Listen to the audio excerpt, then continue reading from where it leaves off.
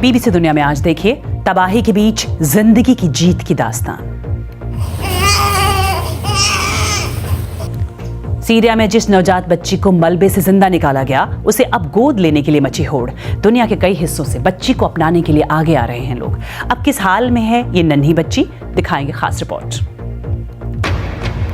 तुर्की और सीरिया में आए विनाशकारी भूकंप से मरने वालों की संख्या हुई 22,000। संयुक्त राष्ट्र ने कहा मुश्किल हालातों की वजह से सीरिया में राहत कार्यों में हो रही है देरी, लेकिन तुर्की में 5 दिन बाद भी हो रही है जिंदा लोगों की तलाश। दिखाएंगे ग्राउंड रिपोर्ट। स्वागत है आपका बीबीसी दुनिया में, मैं हूं सारिका सिंह। तुर्की और सीरिया के हालातों पर ताजा रिपोर्ट कवर स्टोरी में, लेकिन पहले हेडलाइंस। यूक्रेन के ऊर्जा ठिकानों पर रूस ने फिर किए हमले। वहीं यूक्रेन की सीमा से सटे रूसी इलाकों में डर का माहौल। यूक्रेन की गोलीबारी से खौफजदा हैं लोग। बीबीसी की एक्सक्लूसिव रिपोर्ट। पाकिस्तान के वित्त मंत्री ने कहा आईएमएफ के साथ बेलआउट पैकेज डील साइन करने के लिए सरकार को लगाने होंगे $50 करोड़ के अतिरिक्त टैक्स। डील पर सहमति ना बन पाने की वजह से पाकिस्तान से वापस लौटी आईएमएफ की टीम। चीन में सरकारी अधिकारी कर रहे हैं ज्यादा बच्चे पैदा करने की अपील। स्वास्थ्य मंत्रालय के एक अधिकारी ने स्थानीय प्रशासन को दिया निर्देश, लोगों को आर्थिक मदद देने की बनाए नीतियां। इनमें से कुछ अहम खबरों की चर्चा आज बीबीसी दुनिया में।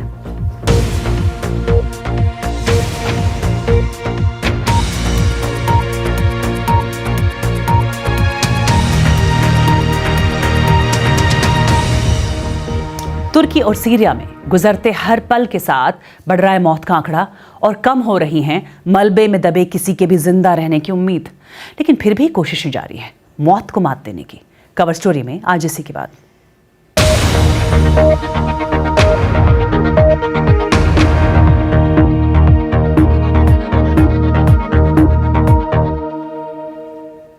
विनाशकारी भूकंप के 5 दिन बाद जिंदगी की उम्मीद अब भी बाकी है, और ये उम्मीद और मजबूत हो जाती है जब कोई एक जान बचा ली जाती है। और ये एक ऐसा ही पल है जब तुर्की में मलबे में 90 घंटे से दबे 10 दिन के इस बच्चे को बीती रात बाहर निकाला गया और जिंदगी ने इस तरह से मौत को मात दे दी।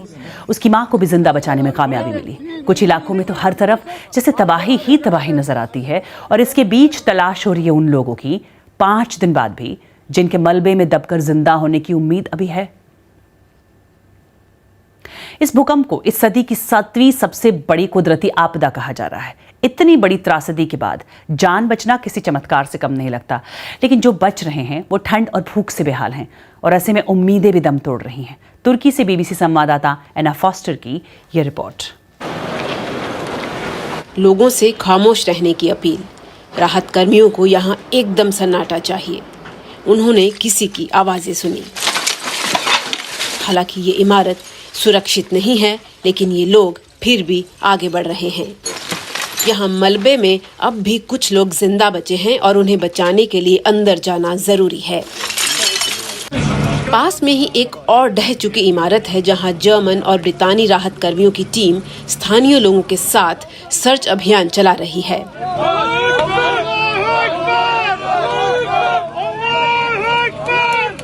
एक महिला और उसके बच्चे को मलबे से जिंदा निकाला गया।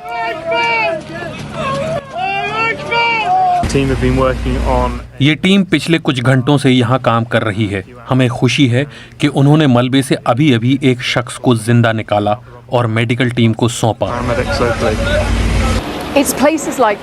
ऐसी जगह और ये हालात देखकर पता चलता है कि क्यों मौतों की संख्या लगातार बढ़ती जा रही है। ये पूरी की पूरी कॉलोनी ही भूकंप में तबाह हो गई है।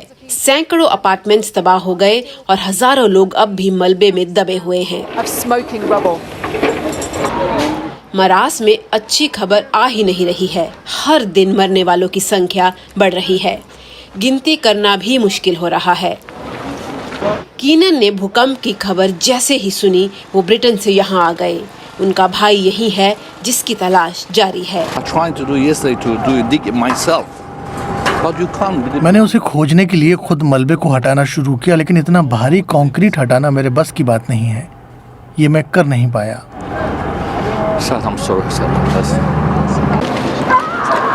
दिल का बोझ बढ़ता जा रहा है। You know, I can't stop crying. Last 2 days I'm here. मैं पिछले 2 दिनों से लगातार रो रहा हूँ। यहाँ लाशों का ढेर लगा हुआ है। बहुत डरावना मंजर है। On top. It's not nice. Not nice. अंधेरा फिर से छाने लगा है। राहत कार्य जारी है, लेकिन दबे लोगों के जिंदा रहने की उम्मीद कम ही है। सड़कों पर और पार्किंग की जगहों पर लोग जमा हो रहे हैं। कई लोग अब बेघर हो गए हैं और बाकी लोगों को अपने घरों के अंदर जाने में डर लग रहा है। भूकंप भयानक था। लोगों के घर गिर गए। मेरे जैसे लोग अब बाहर ही रहते हैं। खाने पीने की कमी से जूझते हजारों लोग अब सिर्फ राहत सामग्री पर निर्भर हैं। हड्डियां कपा देने वाली रातें जिंदगी मुश्किल बना रही हैं। वहीं उत्तर पश्चिमी सीरिया में भी तबाही के बीच मौत से जंग की हैरान कर देने वाली कहानियां सामने आ रही हैं, जो सारी दुनिया का ध्यान अपनी ओर खींच रही हैं। वहां मलबे में से सही सलामत निकली मिरेकल बेबी की चर्चा पूरी दुनिया में हो रही है, जिसे गोद लेने की अब जैसे होड़ सी मच गई है। ये है जीवन के संकेत। ये बच्ची कुछ ही दिन की है, लेकिन शरीर पर निशान बयां कर रहे हैं कि उसकी जिंदगी की शुरुआत ही कितनी मुश्किल रही।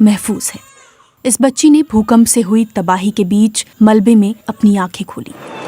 जन्म देने के बाद माँ ने उसे अलविदा कह दिया। उसके भाई बहन और पिता किसी का भी कुछ पता नहीं चला। इस बच्ची की हालत सारी दुनिया ने देखी। सोशल मीडिया पर हजारों लोग उसे गोद लेने की इच्छा जता रहे हैं। लोग इस बच्ची को अपनाकर उसे बेहतर जिंदगी देना चाहते हैं। अरब टीवी की एक एंकर ने कहा कि कानूनी प्रक्रिया इजाजत दे तो वो उसे गोद लेना चाहती है। लेकिन अभी तो अस्पताल के मैनेजर डॉक्टर खालिद इस बच्ची को संभाल रहे हैं। उनकी पत्नी अपने बच्चों के साथ साथ इसे भी अपना दूध पिला रही हैं।